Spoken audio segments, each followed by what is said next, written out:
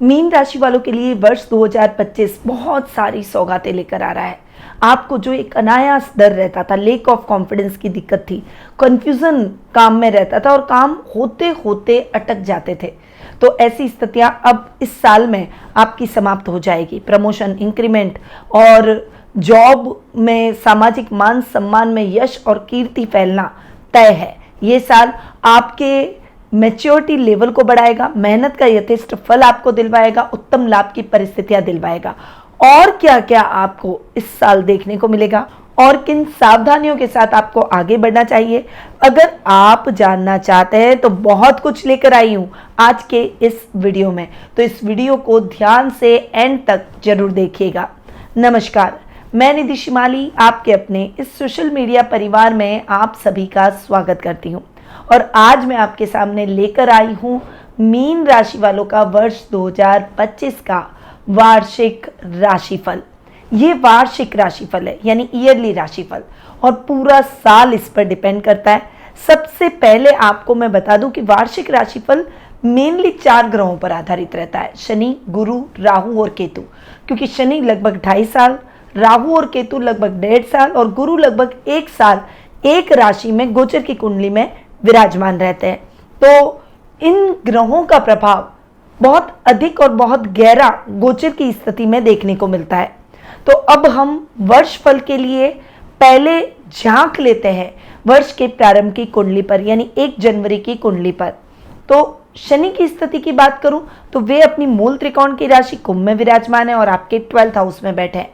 राहु और केतु की बात करूं तो राहु आपकी राशि में और केतु आपके 7वें भाव में यानी कन्या राशि में विराजमान है। और गुरु की बात करें तो वे अपनी सम राशि वृषभ में यानी आपके 3rd हाउस में विराजमान हो रखे हैं। और ये स्थितियां वर्ष 2024 में इतनी अच्छी आपके लिए नहीं रही। वर्ष 2025 में भी पहले साल के 3.5-4 महीने ये स्थितियां ऐसे कैसे यथावत बनी रहेगी।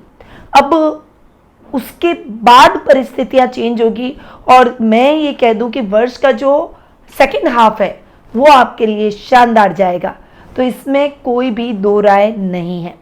सबसे पहले बात करते हैं इस वर्ष 2025 के सबसे बड़े राशि परिवर्तन की, जो कि होने जा रहा है शनि का। सबसे पहला राशि परिवर्तन भी वही है और शनि लगभग 2.5 वर्ष तक एक राशि में रहते हैं, तो ये राशि परिवर्तन वर्ष 2025 में होना बहुत ही इंपॉर्टेंट रहने वाला है। वैसे भी ये साल बहुत इंपॉर्टेंट है क्योंकि इस साल में ये 4 बड़े ग्रह राशि परिवर्तन करने वाले हैं। हर वर्ष नहीं करते क्योंकि शनि 2.5 वर्ष तक एक राशि में रहते हैं, तो वर्ष 2023 में उनका लास्ट राशि परिवर्तन हुआ था। अब 2025 में शनि 29 मार्च को रात्रि 11:01 पर कुंभ से मीन राशि में प्रवेश करेंगे और 3 जून वर्ष 2027 तक यही आपकी राशि में ही विराजमान रहेंगे। अब आप सोचेंगे कि शनि जब आपकी राशि में आ रहे हैं तो इस वर्ष आपके लिए कैसे अच्छा हो गया। तो देखिए, शनि जहां बैठते हैं उस घर को बढ़ाते हैं, उसको इंक्रीज करते हैं। तो शनि यहाँ आपकी राशि में और पर्सनैलिटी के भाव में बैठेंगे। जैसे ही शनि आपकी राशि में आएंगे आपकी पर्सनैलिटी बहुत ही दमदार हो जाएगी। 2 टूक बात कहना, सच और गलत की परख रखना, एक मैच्योरिटी लेवल बढ़ेगा।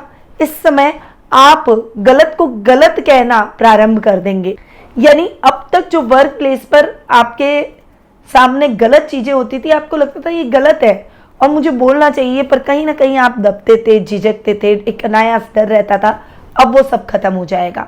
वहीं आप मेहनत के दम पर अपनी एक मान सम्मान और प्रतिष्ठा समाज में जरूर प्राप्त करेंगे। रिश्तेदारों में तो आपकी पकड़ बढ़ेगी और आपका प्रभाव भी बढ़ेगा, पर वर्क प्लेस पर जो मेहनत आप कर रहे हैं उस मेहनत का फल भी आपको बहुत अच्छा देखने को मिलेगा। शनि चूंकि आपके लाभ और खर्च भाव के स्वामी हैं, तो खर्च की स्थितियां कम, क्योंकि खर्च भाव का स्वामी अपने से एक घर आगे बैठेगा तो खर्चों को थोड़ा सा नियंत्रित करता हुआ दिखाई देगा। वहीं लाभ भाव का स्वामी अपने से 3य बैठा है, वो भी ठीक है, लग्न में बैठा है, केंद्र में बैठा है, इसीलिए लाभेश का केंद्र में जाकर लग्न में जाकर बैठना बहुत ही अच्छा आपकी लाभ की स्थितियों को बढ़ाएगा। यहाँ पर जो हैंडीक्राफ्ट के व्यापारी हैं, इम्पोर्ट एक्सपोर्ट से संबंधित जो लोग काम करते हैं, उनको बहुत अच्छा मेनली लाभ होने वाला है। वहीं अगर आप मैन्युफैक्चरर हैं, कोई बड़ी मशीनरी का काम करते हैं, तो डेफिनेटली शनि इस वर्ष आपको उत्तम सफलताएं दिलवाएगा। ऐसी सफलताएं जो कि आपकी फाइनेंशियल कंडीशन को और अप कर देगी, आपको और आपके काम को एक नई पहचान मिलेगी। आप अपने काम को ब्रांड लेवल पर ले जाके खड़ा कर देंगे और एक बड़ा ब्रांड बना देंगे। ये टाइम पीरियड शनि के बहुत अच्छे रिजल्ट खर्च और लाभ भाव के हिसाब से देगा। यहाँ पर खर्च भाव का स्वामी भी अपने से एक घर आगे है, तो कोई भी लिटिगेशन एलिगेशन आपके ऊपर लगे हुए हैं तो उन सब से आपको मुक्ति मिल जाएगी। बॉस के सामने आपकी इमेज एकदम क्लीन हो जाएगी, कंट्रोवर्सी से आप बच जाएंगे। इस समय लाभ की स्थितियां भी आपको ठीक मिलेगी, विदेशों से बहुत अच्छा लाभ मिलेगा, विदेश यात्राओं के योग बनेंगे। अब शनि बैठते हैं उस घर को तो बढ़ाते हैं, पर आप शनि की दृष्टियों के बारे में जानते हैं, हर व्यक्ति जानता है कि शनि की दृष्टियां अच्छी नहीं होती। यहाँ पर शनि की दृष्टि की बात करूं तो शनि की तीसरी दृष्टि आपके थर्ड हाउस पर पड़ेगी। जैसे ही 29 मार्च को शनि आपकी राशि में आएंगे तब, और शनि की सप्तम दृष्टि 7th हाउस पर पड़ेगी। शनि की दशम दृष्टि आपके 10वें भाव पर पड़ेगी।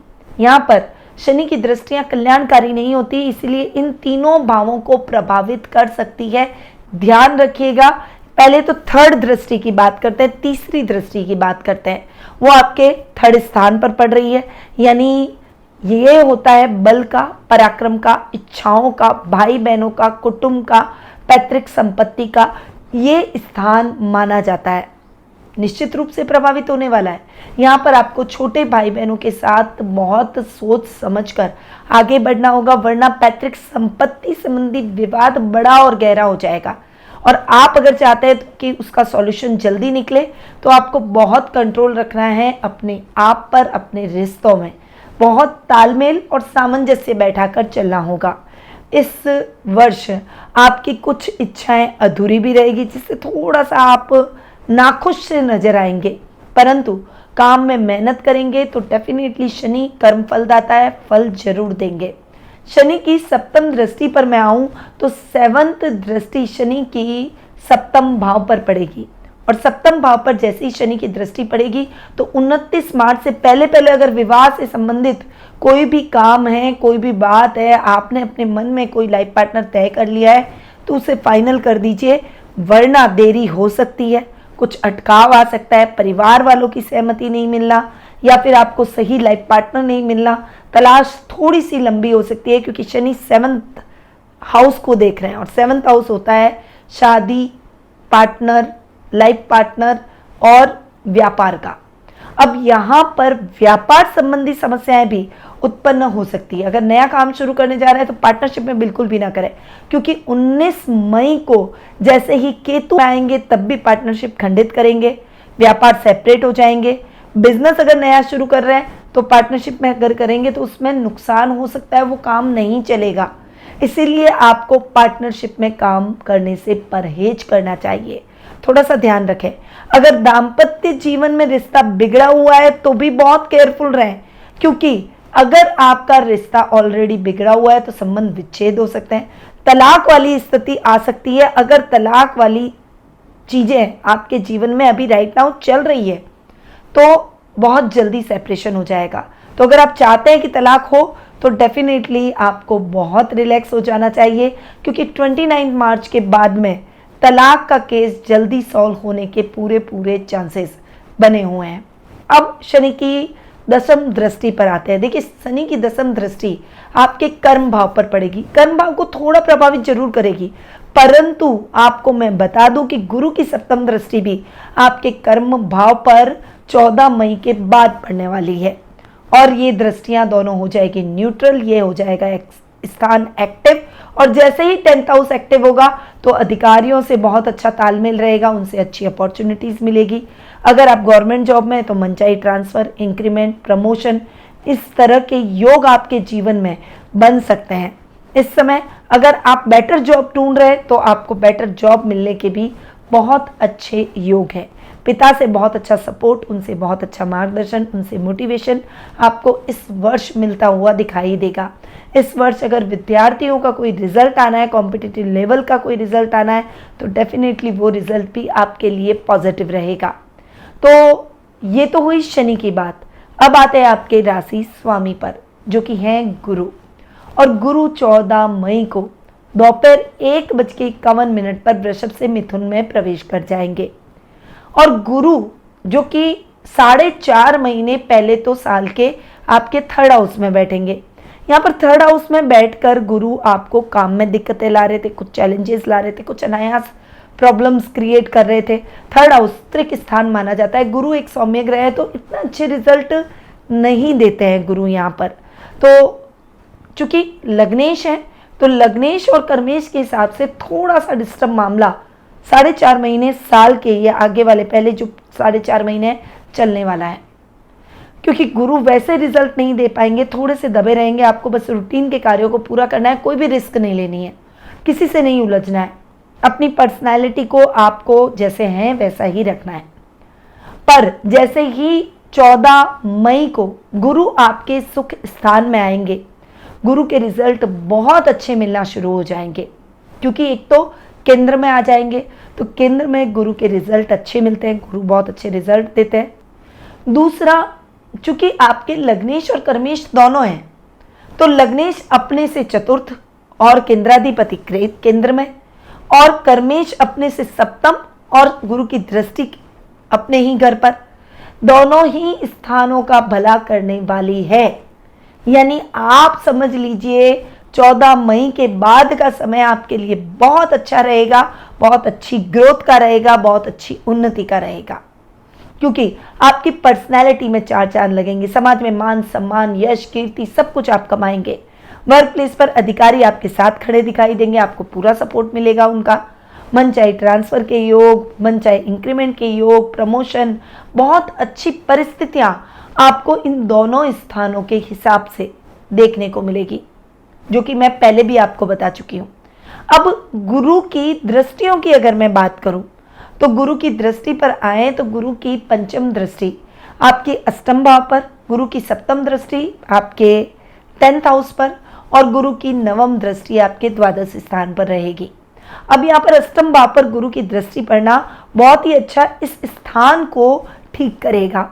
यानी अष्टम भाव होता है अचानक लाभ, अचानक दुर्घटनाओं का, तो दुर्घटनाएं कम, अचानक समस्याएं कम, आपके जीवन में कार्य द्रुत गति से प्रगति पर रहेंगे, कोई भी कार्य लेक नहीं होगा, आपको अपने कार्यों में अच्छी प्रसिद्धि हासिल करेंगे।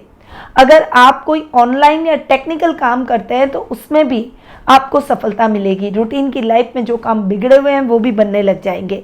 ससुराल वालों से आर्थिक लाभ और आर्थिक मदद मिलेगी। अचानक लाभ के भी कई स्रोत आपको मिलने के प्रबल योग 2025 में बन रहे हैं।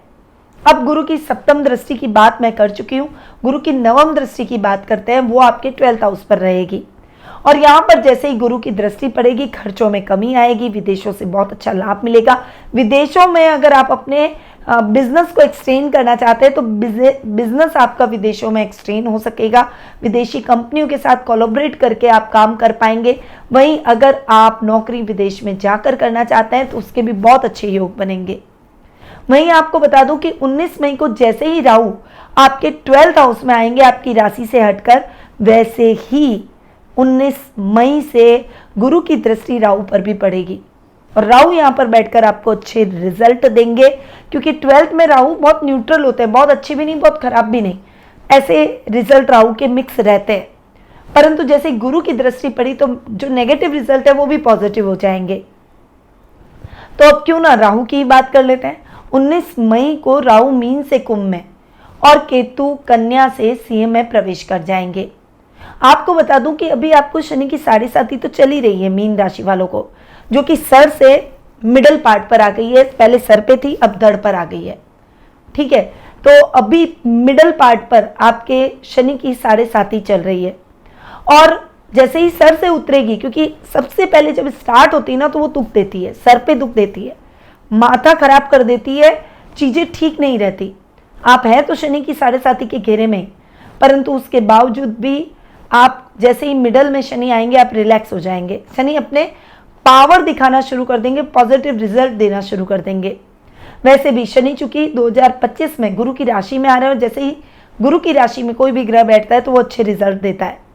तो शनि गुरु के घर में बैठकर बहुत अच्छे रिजल्ट देंगे। अब राहु की बात मैं कर रही थी, तो राहु आपके 12th हाउस में बैठेंगे।